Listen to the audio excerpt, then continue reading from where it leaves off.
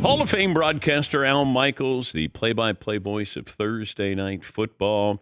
Al will be on the call for the Vikings at the Eagles with Kirk Herbstreit. That'll be a kickoff at 8:15 Eastern. Good to see you again. Your reaction to what you saw last night with the pregame festivities and Aaron Rodgers' brief appearance. You know, I have so much stuff rolling around in my head that I can't get rid of. All I thought about at first was we did a game on Sunday Night Football 5 years ago at Lambeau. Chicago went into Green Bay. They had just signed Khalil Mack. Matt Nagy was making his debut as the head coach. Aaron Rodgers goes down in the first half, and they cart him back into the locker room. And it looks like the season is over. And maybe it's the Bears' time. The Bears led 17-0 at the half. They led 20-0 early in the third. Who comes back from the locker room? Aaron. And the other thing that popped into my head, Dan, crazily enough, was that Carl Cheffers, who was the ref last night, was the ref that night in Lambeau. And Green Bay came from behind and won the game. And Aaron, of course, went on to have a great year. So that was the first thought I had. Okay, maybe it's not so bad. It didn't look so insidious, but we know it's a lot differently today. But man, oh man, what a game that was last night, and what an ending. And you know, that's pretty much why everybody loves football, because that was just crazy, top to bottom. And you have to be careful when you're calling a game of not speculating on an injury. How do you do that in the moment where you see something like that without trying to get maybe ahead of yourself a little bit? Because I've learned, and I think most announcers have learned through the years, we're not doctors. We are not. And I think, who was it? Scott Van Pelt last night said we have all of these internet doctors. Yeah, everybody is making their decision as to what the situation is. I'll never forget, there was an announcer. I don't want to mention his name because he's a good buddy, but it was in a game probably in the early '90s. Reggie Roby, the kicker for Miami, got run into. He was laid out. And the analyst said, that is not arthroscopic surgery. That is reconstructive. That's how he analyzed that play. Oh, boy. Reggie Roby kicked the next week.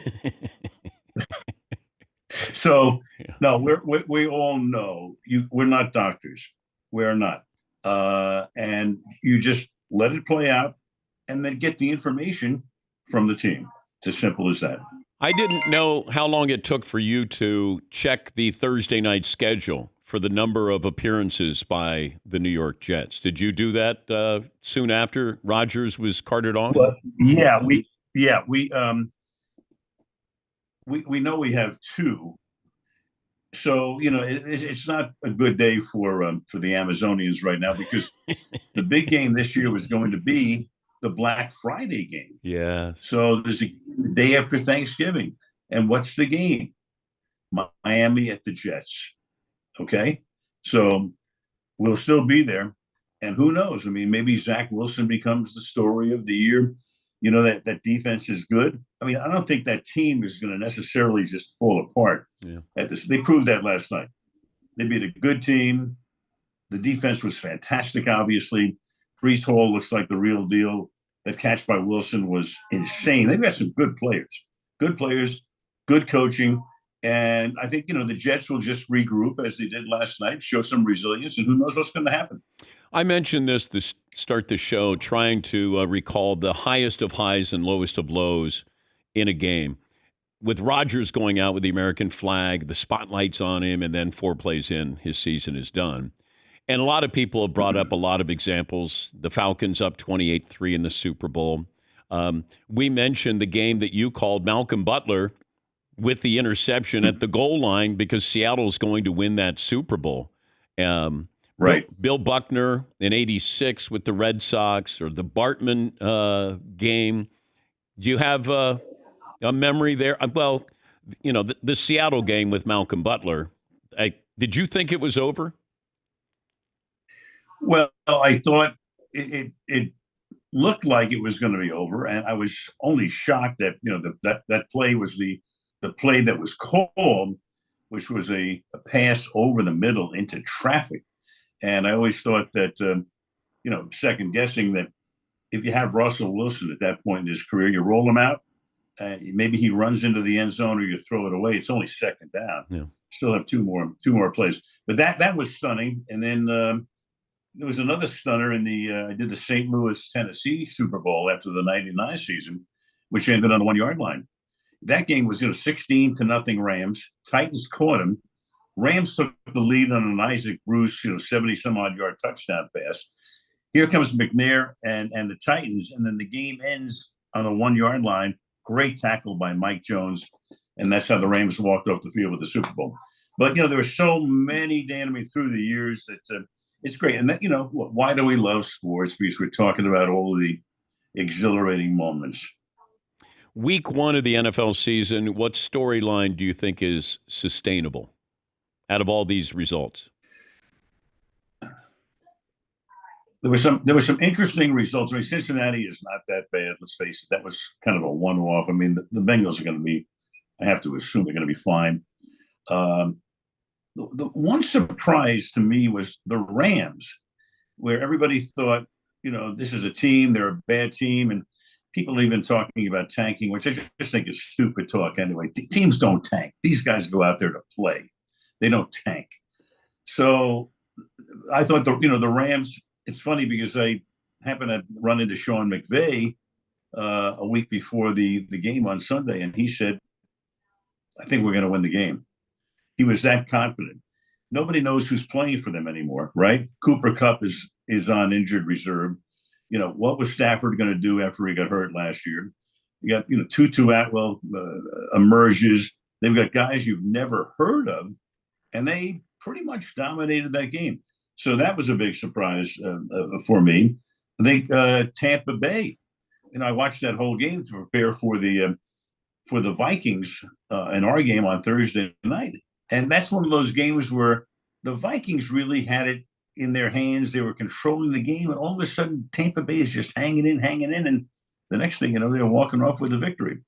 So as usual, you got 3, 4, 5 stories every week that are great, and it'll keep us going until Thursday night.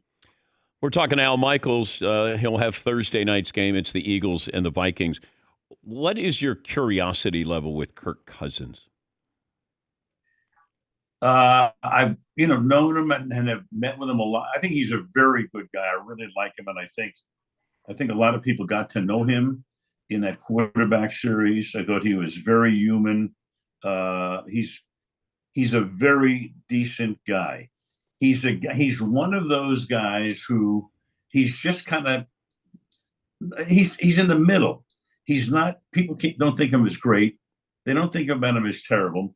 He's got that cross the bear about can't win the primetime games, blah blah blah blah blah. But that could end in a flash. You never know. It's like Phil Mickelson didn't win a major, then all of a sudden he won a bunch of them. I don't know. Kirk he's one of the better quarterbacks in the league. There's no question about it. He now has maybe the best receiver in the league.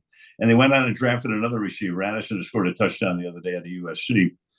He's got some parts. They let Dalvin Cook go, though. I'm not sure they have a running game.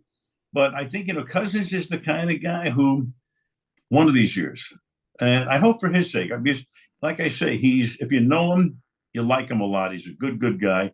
And I think he gets an unfair shake from time to time. Remember when you lost the Super Bowl? It felt like you fell into an abyss. Right. We looked at that team. They lost, and then they never got back to the Super Bowl. But here you have the Eagles, who could have easily won that Super Bowl. Yeah.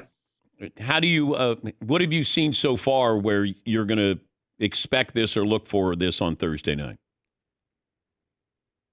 Number one, you've got a fantastic quarterback in Jalen Hurts. You've got a really good defense. I think the interesting thing with them is that they lost both coordinators, because that's what happens when you have success. Steichen goes to Indianapolis, Gannon goes to Arizona. But they promoted from within on the offensive side and brought in Sean Desai defensively. I think Sirianni did a really great job. In Philadelphia, there's just a good feeling around that team. There always has been. And you and I have talked about the fact it starts at the top. And Jeff Lurie has owned that team for over a quarter of a century now. Hard to believe. Jeff's still, a relatively young man. It's a classy organization. They do things right. It feels good around there. Can you win the Super Bowl? Of course you can. You can win the Super Bowl once every 32 years if you look at the law of averages. But it's a very good team. It's a really good team. Again, can they get back? Sure they can. And it's not like it was, I think, in the old days where there was this, Super Bowl hangover, where you worked your ass off all season long. You got to the Super Bowl and you lost. I'll never forget. I did the 49er Chargers Super Bowl in '94 with Steve Young threw 6 touchdown passes. Jerry Rice had a gigantic day. They killed him. And we had Bobby Ross, who was the coach of San Diego, in a meeting the next year, early in the season or in preseason. And I said to Bobby in the meeting, how long did it take you to get over that game? He goes, I'm still not over it. So it's something that sits in the craw of people. It has to. But I think in today's world, Dan, you got to look past that. And I think Sirianni and that organization is looking past that. The problem is, as you know, it's 5 months to the Super Bowl. You can't get there tomorrow. You got to do the grunt work and grind it out between now and February. What was your first NFL game that you called like?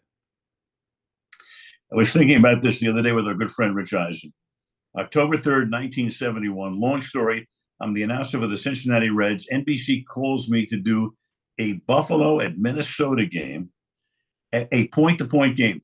It's the years of the blackout, so the game is not even on television in Minnesota. In Buffalo, it's on a UHF station because NBC is also doing the World Series and the playoffs in baseball, and so football gets preempted by the World Series. So the game is on the UHF station in Buffalo only, point to point. You've got to sit there, with rabbit ears and move the antenna around. In that game, the Minnesota won the game 19-0. Bud Grant was the coach. In that game were O.J. Simpson and Al Cowlings. I did them in 1971.